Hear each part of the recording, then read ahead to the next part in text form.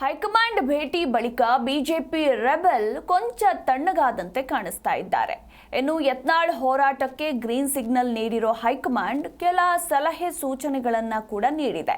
ಈ ಮಧ್ಯೆ ಬಿಜೆಪಿ ನಾಯಕರು ಮುಂದೆ ಎಲ್ಲವೂ ಕೂಡ ಸರಿ ಹೋಗಲಿದೆ ಅನ್ನೋ ವಿಶ್ವಾಸವನ್ನ ವ್ಯಕ್ತಪಡಿಸಿದ್ದಾರೆ. ಈ ಕುರಿತ ಒಂದು ಡೀಟೇಲ್ಡ್ ವರದಿ ಇಲ್ಲಿದೆ.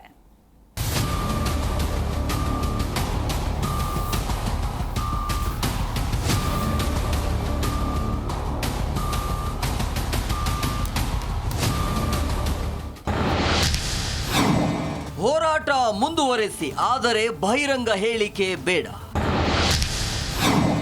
ರೆಬೆಲ್ ಯತ್ನಾಳ್ಗೆ ಹೈಕಮಾಂಡ್ ನೀಡಿದೆಯಂತೆ ಸೂಚನೆ. ಹೌದು, ಬಿಜೆಪಿಯಲ್ಲಿರುವ ಬಣ ಬಡಿದಾಟದ ಕಾವು ಕೊಂಚ ತಣ್ಣಗಾದಂತೆ ಕಾಣ್ತಿದೆ. ಬಿಜೆಪಿ ಹೈಕಮಾಂಡ್ ಮಧ್ಯಪ್ರವೇಶದ ಬಳಿಕ ಬಹಿರಂಗ ಆರೋಪ ಪ್ರತ್ಯಾರೋಪಕ್ಕೆ ಬ್ರೇಕ್ ಬಿದ್ದಿದೆ. ನೋಟಿಸ್ಗೆ ಉತ್ತರ ನೀಡೋ ವೇಳೆ ಯತ್ನಾಳ್ಗೆ ಹೈಕಮಾಂಡ್ ಹಲವು ಸಲಹೆಗಳನ್ನು ನೀಡಿದೆ ಅಂತ ಹೇಳಲಾಗ್ತಿದೆ. ಹೋರಾಟ ಮುಂದುವರಿಸಿ, ಆದರೆ ಬಹಿರಂಗ ಹೇಳಿಕೆ ನೀಡಬೇಡಿ. ಪಕ್ಷಕ್ಕೆ ನಾಯಕರಿಗೆ ಡ್ಯಾಮೇಜ್ ಹೇಳಿಕೆ ಕೊಡಬೇಡಿ. ಪಕ್ಷದ ಸಂಘಟನೆಗೆ ಒತ್ತು ಕೊಡಿ ಅಂತ ಯತ್ನಾಳ್ಗೆ ಹೈಕಮಾಂಡ್ ಸೂಚನೆ ನೀಡಿದೆ. ವಕ್ಫ್ ವಿಚಾರದ ಹೋರಾಟ ಮುಂದುವರಿಸಿ ಅಂತ ಯತ್ನಾಳ್ ಹೋರಾಟಕ್ಕೂ ಹೈಕಮಾಂಡ್ ಗ್ರೀನ್ ಸಿಗ್ನಲ್ ನೀಡಿದೆ. ಹೀಗಾಗಿ ಶೀಘ್ರದಲ್ಲೇ ಯತ್ನಾಳ್ 2ನೇ ಹಂತದ ವಕ್ಫ್ ಹೋರಾಟ ಆರಂಭಿಸಲಿದ್ದಾರೆ ಅಂತ ಹೇಳಲಾಗ್ತಿದೆ. ಎಲ್ಲವೂ ಸರಿ ಹೋಗಲಿದೆ ಎಂದ ಯಡಿಯೂರಪ್ಪ ಯತ್ನಾಳ್ ವಿರುದ್ಧ ಹೇಳಿಕೆ ನೀಡುತ್ತಿದ್ದ ಬಿಜೆಪಿಯ ನಾಯಕರು ಕೂಡ ತಣ್ಣಗಾಗಿದ್ದಾರೆ. ಮಾಜಿ ಸಿಎಂ ಯಡಿಯೂರಪ್ಪ ಎಲ್ಲವೂ ಸರಿ ಹೋಗಲಿದೆ ಎಂಬ ಭರವಸೆ ನನಗಿದೆ ಅಂತ ಹೇಳಿದ್ದಾರೆ. ನಡ್ಡಾ ಭೇಟಿ ವಿಚಾರ ಪ್ರಸ್ತಾಪಿಸಿದ ವಿಪಕ್ಷ ನಾಯಕ ಅಶೋಕ್ ಎಲ್ಲರೂ ಪ್ರಯತ್ನ ಮಾಡ್ತಿರೋದು ಒಟ್ಟಾಗಿ ಹೋಗಬೇಕು ಅಂತ. ಕೇಂದ್ರ ನಾಯಕರ ತೀರ್ಮಾನಕ್ಕೆ ಬದ್ಧ ಅಂತ ಹೇಳಿದ್ದಾರೆ. ಇನ್ನು ಬಿಜೆಪಿಯ ರಾಜ್ಯಾಧ್ಯಕ್ಷ ವಿಜಯೇಂದ್ರ ಯತ್ನಾಳ್ ಬಗ್ಗೆ ಪ್ರತಿಕ್ರಿಯೆ ನೀಡೋದಕ್ಕೂ ಹಿಂದೇಟನ್ನ ಹಾಕಿದ್ದಾರೆ. ಯಾವುದೇ ಮಾಹಿತಿ ಇಲ್ಲ, ಕುಂತ್ಕೊಂಡು ಮಾತಾಡ್ತೀವಿ, ಚರ್ಚೆ ಮಾಡ್ತೀವಿ. ಯತ್ನಾಳ್ನು ಕರೆಸಿ ಎಲ್ಲರೂ ಒಟ್ಟಾಗಿ ಮುಂದೆ ಅಧಿವೇಶನ ಎದುರಿಸೋಕ್ಕೋಸ್ಕರ ಯಾವುದೇ ಭಿನ್ನಾಭಿಪ್ರಾಯ ಇಲ್ಲದೆ ಮುಂದೆ ಹೋಗ್ಬೇಕು ಅನ್ನೋದು ನನ್ನ ಅಪೇಕ್ಷೆ. ಸೊ ಯತ್ನಾಳ್ ಒಪ್ಕೊಂಡ್ರೆ ಎಲ್ಲವ ಸಮಸ್ಯೆ ಬಗೆಹರಿಯುತ್ತೆ. ಎಲ್ಲರೂ ಒಟ್ಟಾಗಿ ಹೋಗಿ ಪಕ್ಷವನ್ನು ಬಲಪಡಿಸೋ ಕಡೆ ವಿಶೇಷವಾದ ಗಮನ ಕೊಡಬೇಕು. ಆ ದಿಕ್ಕಿನಲ್ಲಿ ನಾನೇನು ಸಲಹೆ ಕೊಡೋಕ್ಕೆ ಸಾಧ್ಯ ಇದೆ ನಾಳೆ ಸಲಹೆ ಕೊಡ್ತೇನೆ.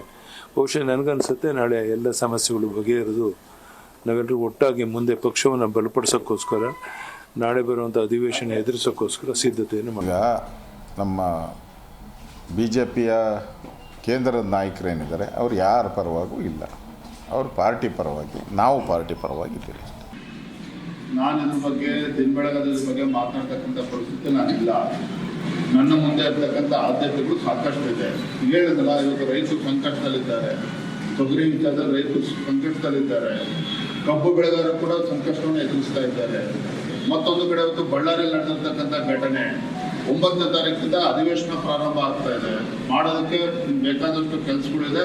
ದಿನ ಬೆಳಗಾದ್ರೂ ಯತ್ನಾಳ್ ಬಗ್ಗೆ ಮಾತನಾಡ್ತಕ್ಕಂಥ ಇದು ನನಗಿಲ್ಲ, ಖಂಡಿತ. ಹೈಕಮಾಂಡ್ ಮಧ್ಯಪ್ರವೇಶ ಹಿನ್ನೆಲೆ ಬಿಜೆಪಿ ನಾಯಕರ ಕಿತ್ತಾಟ ಕಡಿಮೆ ಆಗಿದೆ. ಬಿಜೆಪಿ ನಾಯಕತ್ವದ ವಿರುದ್ಧವೇ ಸಮರ ಸಾರಿರೋ ಯತ್ನಾಳ್ ಬಣ ಸುಮ್ಮನಿರುತ್ತಾ? ಬಿಜೆಪಿ ಹೈಕಮಾಂಡ್ ಆಂತರಿಕ ಬೇಗುದಿಯನ್ನ ಸಂಪೂರ್ಣ ಶಮನ ಮಾಡುತ್ತಾ ಅನ್ನೋದೇ ಕುತೂಹಲ. Bureau report, G Kannada news.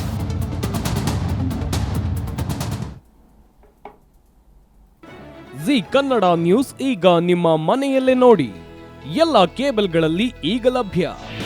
ನಿಮ್ಮ ನೆಚ್ಚಿನ ಜಿ ಕನ್ನಡ ನ್ಯೂಸ್ ಈಗ ಸನ್ ಡೈರೆಕ್ಟ್ ನಲ್ಲಿ number 292, Tata Play number 1664, Jio TV number 1334, NXT digital number 30, in cable number 30, city networks 51, U digital number 162, GTPL number 17, Rockline telecommunications number 42, Shri Basaveshwara cable number 168, rural cable network 60, Vinayaka digital 57, Abhishek cable 821, city channel 53, Siddeshwara cable network 57, ವಿ4 digital infotech 628, Surya digital networks 53, Gajanan digital number 836, Malnad infotech private limited number